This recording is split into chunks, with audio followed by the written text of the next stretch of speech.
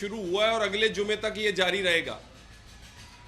Long मार्च और इनकलाब जो है उनमें वक्फे नहीं होते कि सुबह आप लॉन्ग मार्च 11 बजे शुरू करेंगे, 5 बजे ख़त्म करेंगे, दफ्तर टाइम के मुताबिक घर जाके सो जाएंगे, अपने बाकी मामलात जिसके बगैर आप रह नहीं सकते वो करेंगे और अगले दिन फिर कंटेनर पर चढ़ के कहेंगे, फिर 4 घंटे के वो कंटेनर पर बैठने के बाद अगले शहर चले जाएंगे। लॉन्ग मार्च जब एक दफ़ा शुरू होता है तो वो मंजिल पर ही ख़त्म होता है, वो जगह जगह रुकता नहीं है। और वैसे भी ये लॉन्ग मार्च नहीं है, ये माफ़ी मार्च है।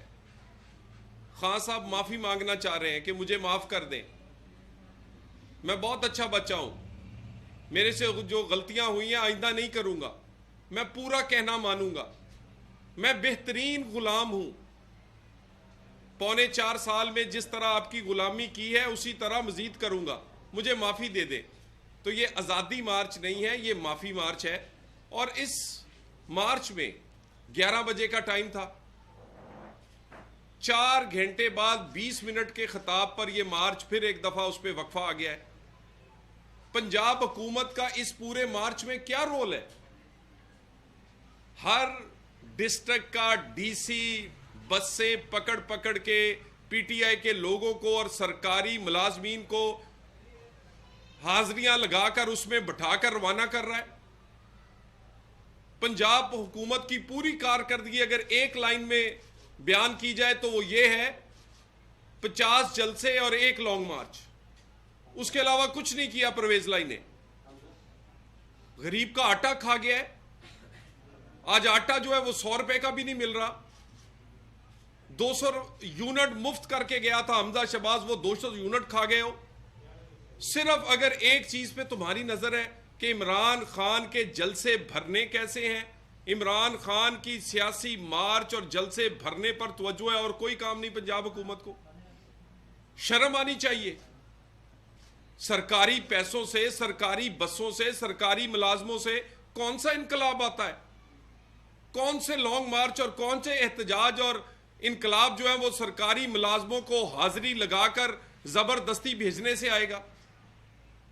और इस माफी मार्च में आप ये देख लें कि इनके जिस आदमी को भी गिरफ्तार किया जाता है वो कहते हैं हमें नंगा कर दिया गया जी। यानी इन्हें कपड़े उतारने का इतना शौक है, इधर पकड़े जाते हैं साथ ही कहते हैं हमें नंगा कर दिया जाए। इनके 3 से 4 लोग पकड़े गए हैं, एक इमरानडू सहाफी समेत, सब ने एक ही बात कही है, हमें तशद्दुद किया गया नंगा करके। ये कैसा तशद्दुद है? ये क्या आंटी पीरनी कोई दम कर देती हैं कि तशद्दुद का निशान ही नहीं मिलता? डॉक्टर ढूंढते रहते हैं पूरे जिस्म में आपके कि कहां किस जगह पर आप पे तशद्दुद हुआ है। डॉक्टर के बोर्ड ढूंढते हैं, कोई तशद्दुद नहीं। नंगे होने का आपको बड़ा शौक है, कपड़े उतारने का शौक है। आपको इन्वेस्टिगेशन के लिए बुलाया जाता है, आपकी आदतें लगता है खान साहब पे गई हैं, उस कामों के लिए नहीं बुलाया जाता। कितने आप खौफजदा हो जाते हैं छोटी छोटी बातों से। किसी सड़क पर कोई ब्लैक वीगो डाला घूम रहा हो, फौरन वीडियो बनाएंगे, ये डाला मेरे पीछे आ रहा है, हाय अम्मी मैं मर गया। पाकिस्तान के सारे डाले, पाकिस्तान के सारे वीगो डाले तुम्हारे पीछे फिर रहे हैं। वो भाई लोग अपने काम काज के लिए जाते हैं, लोगों के जाती इस्तेमाल में है।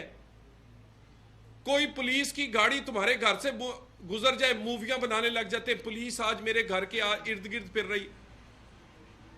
किस तरह का ये डरपोक लोग इनकलाब लेकर आएंगे? ये इनकलाबी हैं। और वो इनकलाब जो लाने वाला है, अंदाजा लगाएं उसके किरदार का। लोगों से हलफ लेता फिर रहा है कि इनकलाब में आप आए जी, लॉन्ग मार्च में शिरकत करें, तुम्हारे बच्चे आए। कहां है पिंकी पीरनी आज इसके मार्च में? वो ज्यादा इज्जतदार है और लोगों की घरवालियां और बहनें जो है वो इज्जत वाली नहीं है। कहां है कासम और सुलेमान और टेरियान? तुम्हारे बच्चे कहां हैं? लोगों के बच्चे जो हैं वो उनको सड़कों पर तुम लेकर और अपने बच्चे तुम्हारे लंदन के मोहल्लों में बैठे हो। हलफ तुम क्यों नहीं देते? और हलफ लोगों से लेने से पहले ये भी बताओ। और ये इन्होंने मजबूर कर दिया है, जो लोग, जो एजेंसी कैमरे पर नहीं आना चाहती थी उनको बोलने पर मजबूर कर दिया है। यह कोई छोटी बात नहीं है, सब्र का पैमाना लबरेज हो गया है। यानी किरदार के तुम्हारे पूरे किरदार में शेद है, जगह जगह से तुम्हारा किरदार जो है वो उस पर दाग है, और तुम कहते हो तुम बातें इनकलाब की करते हो। और जिनकी सेफ हाउस में जिनके जाके पांव पड़ते हो, बाहर निकलकर उनको ललकारते हो, उनका गिरेबान पकड़ते हो।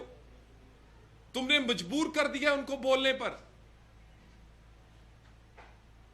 और मैं तो, एक मेरा छोटा सा गिला है कि ये सारी इसकी हकीकत कौम के सामने पहले रखनी चाहिए थी, ताकि झूठ बोलकर ये लोगों को साइफर पर और आजादी आजादी का नाम लेके विरगलाता ना, ये झूठे बयानिए में अपना जाती मुफाद निकालने के लिए वो खत इस्तेमाल ना करता। इसका किरदार आप पहले बताना चाहिए था। और इलेक्शन कमीशन भी सोया हुआ उठे। यानी आप ये कह रहे हैं इलेक्शन कमीशन के कोई पूरा बैतुल माल, पूरा तोशा खाना खा जाए, वो सिर्फ अपनी सीट से डी सीट होगा और दोबारा इलेक्शन लड़ लेगा। ये तो चोरी की कोई सजा ना हुई। चोरी में तो हाथ कट जाते हैं, और चोर पूरे का पूरा तोशा खाना खा गया है। और उसको क्या है जी, सजा क्या मिली है बड़ी मोहब्बत प्यार वाली, कि वो एक दफा डी सीट हुआ है, दोबारा इलेक्शन लड़ सकता है। ये कैसी चोर है कि जिसको चोरी की सजा, और चोरी भी कोई 2, 4, 10 रुपए की नहीं, करोड़ों रुपए की। और उसके बाद कब आएगा फैसला फॉरेन फंडिंग पे, जब पाकिस्तान के किस चीज का इंतजार है? पहले 2 इलेक्शन गुजार दिए, उसी फॉरेन फंडिंग से उसने 2 इलेक्शन लड़े हैं। उसकी जेब में वही डॉलर और यहूदियों के पैसे से जिससे वो डॉलर इलेक्शन लड़ता रहा, और एहतजाज, लॉन्ग मार्च, धरने देता रहा, किसी ने नहीं पूछा। अब फिर फैसला आ गया है कि आपने ममनुआ फंडिंग इस्तेमाल की है, सजा क्या है? और खान साहब, जिनका किरदार जगह जगह से दागदार हो, तुम आज कंटेनर पे खड़े कह रहे थे मैं तुमको जवाब दे सकता हूं, लेकिन मैं देना नहीं चाहता। तुम दे सकते नहीं हो जवाब, क्योंकि किरदार वाले लोग जवाब देते हैं। बंद कमरों के अंदर मिन्नतें करने वाले बाहर आके अकड़ नहीं सकते। और जिसकी जेब में नाजायज पैसा हो फॉरेन फंडिंग का, जिसकी औलाद नाजायज हो, और जिसके काम करतूत जो है वो पूरा पाकिस्तान जानता हो, वो कहे जी मैं इनकलाब लाऊंगा और मदीना की रियासत बताऊंगा, सुभान अल्लाह। और उसके बाद मेरी एक गुजारिश है, आप सारे साफी हैं, अरशद शरीफ साहब की वफात पर खुदा का वास्ता है, मैं उन एंकरों को और तजिया निगारों को कह रहा हूं कि यह किसी सियासतदान की लाश नहीं है या आम पाकिस्तानी की, ये तुम्हारे साथी सहाफी अरशद शरीफ की वफात हुई है। अपनी रेटिंग के लिए और अपनी रेटिंग बढ़ाने के लिए मत इस्तेमाल करो तज्जिए। कम अज कम उसकी शहादत और उसकी वफात के साथ ही उसका कोई इंसाफ कर दो। और क्या अजीब ड्रामा है इस मुल्क में, भेजने वाला आप खुद, बुलाने वाले आप खुद, अपने घर रखने वाले, दूसरे मुल्क भेजने वाले, और जब वाकया हुआ है आपका मुलाजम वो गाड़ी चला रहा हो, यानी बुलाने वाला सलमान इकबाल, यहां से भेजने वाला जबरदस्ती वो, रखने वाला दुबई अपने घर में, कीनिया में भेजकर अपने मुलाजमों के पास रखने वाला वो, और मार एजेंसी ने दिया है। कैसी बात कर रहे हैं? आपको तो आदत पड़ी है सलमान इकबाल के लोगों की लाशों पे खेलो, लोगों की लाशों पर तुम अपनी रेटिंग बढ़ाओ, अपना चैनल चलाओ, लेकिन खुदा का वास्ता है अब ये नहीं हो सकता। और ये ना लोगों को ये ड्रामे करो कि मैं उनके बच्चों की इमदाद करूंगा, हुकूमत उनके बच्चों की इमदाद करेगी। तुम आके इन्वेस्टिगेशन में शरीक हो, अगर कोई भी सहाफ़ी और सहाफ़ी बरादरी ये चाहती है कि अरशद शरीफ के खून के साथ इंसाफ हो, तो सबको मुतालबा करना चाहिए कि वो आदमी जिसने ये सब कुछ किया, जो यहाँ से लेकर गया, जिसने अपने पास रखा और जिसके हदायत पे अरशद शरीफ चलता रहा है, सलमान इकबाल, वो इन्वेस्टिगेशन में शामिल हो। और अगर तुम भागोगे, सलमान इकबाल, ये व्हाट्सएप बंद करने से, मोबाइल बंद करने से तुम बेगुनाह नहीं हो जाओगे। इन्वेस्टिगेशन में शरीक होना पड़ेगा, अपनी बेगुनाही साबित करना पड़ेगी। हाँ, अगर तुम बेगुनाह हो तो गुनाहगार को पकड़ा जाएगा, लेकिन यह नहीं हो सकता कि इल्जाम लगाओ, रेटिंग बनाओ, ड्रामा करो लोगों की लाशों पर और उसके बाद मासूम बने रहो। मैं एक दफा फिर, ये जो लॉन्ग मार्च वाले हैं, ये अब इनको हदायत मिल चुकी हैं और पंजाब हुकूमत को भी कह दिया गया है कि लॉ एंड ऑर्डर का मसला नहीं होना चाहिए, आम आदमियों को आने जाने में कोई प्रॉब्लम नहीं होनी चाहिए। इस्लामाबाद में ये आए, एक दिन नहीं 100 दिन बैठे, मगर सुप्रीम कोर्ट की मखसूस की गई जगहों पर और उसके साथ जो कानून की पासदारी के साथ जो एक कानूनी तरीका है उसकी इजाजत लेकर, किसी किस्म की और नाजायज इनकी वो तस्लीम नहीं, मुतालबात किए जाएंगे। और एक और, खान साहब, आपकी मकबूलियत, आप इतने खौफजदा क्यों हैं? आपकी मकबूलियत एक पानी का बुलबुला है कि वो 2 महीनों में खत्म हो जाएगी। इलेक्शन कराओ, इलेक्शन कराओ, इलेक्शन करवाओ, इलेक्शन 10 महीने बाद हो जाएंगे, पता चल जाएगा कितने मकबूल हो। क्या जल्दी है तुम्हें? तुम्हें जल्दी इसलिए है कि आए दिन तुम्हारा किरदार और तुम्हारी असल शक्ल लोगों के सामने आ रही है। ये इनकलाब नहीं ला रहे, ये तुम अपना जाती इक्तदार और कुर्सी तक पहुंचना चाह रहे हो। तुम्हारा दिल है जल्दी जल्दी सब कुछ हो जाए, ना तोशाखाना का फैसला आता, ना फॉरेन फंडिंग का आए, ना नजायज औलाद का फैसला हो, ना हीरो की अंगूठी का फैसला हो, ना फरा गोगी और आंटी पिंकी पीरनी के जो करतूत हैं वो बाहर आए और जल्दी जल्दी इलेक्शन हो जाए ताकि लोगों को सच पता ही ना चले। अब जिन लोगों की मकबूलियत होती है वो डरते नहीं है। वो इलेक्शन 10 महीने बाद हो या साल बाद हो, लोग कहते हैं जब मर्जी हो इलेक्शन लड़ेंगे। तुम्हें जल्दी है सिर्फ इसलिए कि तुम्हें पता है कि हर आए दिन के साथ तुम्हारे असल चेहरे से पर्दा उठ रहा है।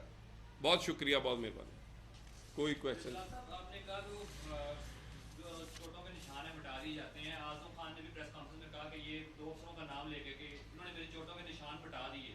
तो ये कौन सा फार्मूला है जिसमें टॉर्चर होता है और बाद में निशान नहीं मिलते?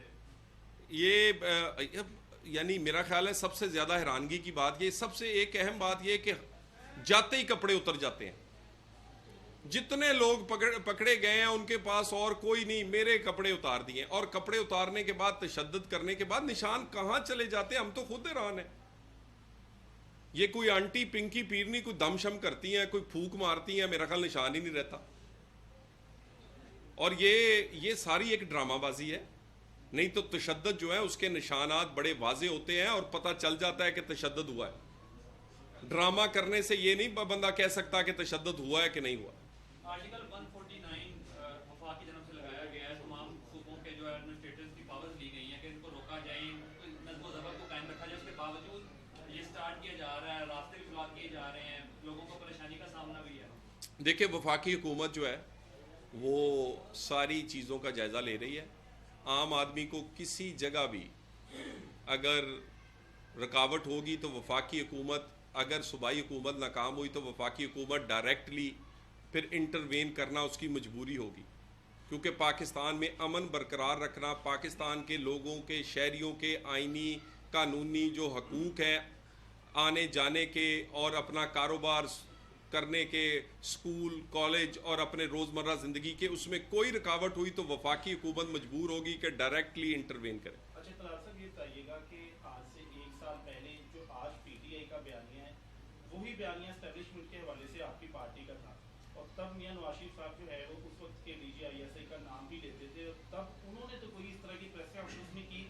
आज मुल्क के इस नया मोड़ क्यों आ गया कि DGISI को बाहर ही आना पड़ा, जबकि इमरान खान साहब ने तो उनका देखिए, गुजारिश ये है कि जब आप रोज़ झूठे इल्ज़ाम लगाएंगे और आपका किरदार ये होगा कि शाम को कमरों में मिन्नत करें और सुबह अकड़ें, मियाँ नवाज शरीफ जो है वो किरदार वाला आदमी है। वो जो बात करता है वो बड़ी सॉलिड और सोच समझ के करता है। उसने हमेशा अदारों पे तनकीद नहीं की। या तो आप शहीदों को नहीं छोड़ा इन्होंने।